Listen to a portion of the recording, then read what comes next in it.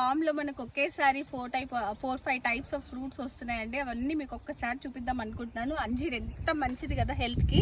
చూడండి, ఒక్క చెట్టు ఉంటే కనీసం ఒక 10-20 ఉన్నాయి. ఈ అంజీర్ తర్వాత మనకి దానిమ్మ చాలా ఉన్నాయి.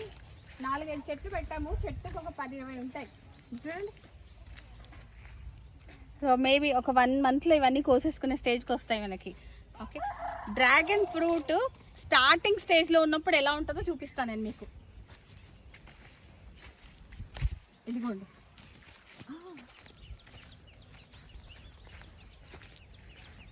పింద ఇప్పుడే స్టార్ట్ అవుతుందన్నమాట.